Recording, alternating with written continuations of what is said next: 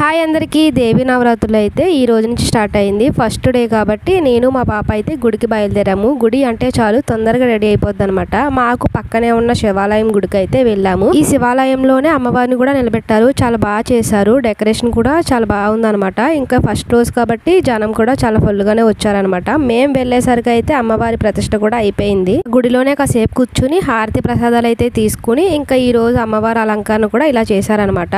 ఈ మధ్యనే ఈ గుడికి ఒక తాబేలు అయితే తీసుకొచ్చారు. డైలీ ఆ తాబేలుతో కాసేపు ఆడుకుంటుందంట. అది నాకు కూడా ఈ రోజే తెలిసిందనమాట. ఇక్కడ ఈ తాబేలు చూసి చాలా బాగుంది.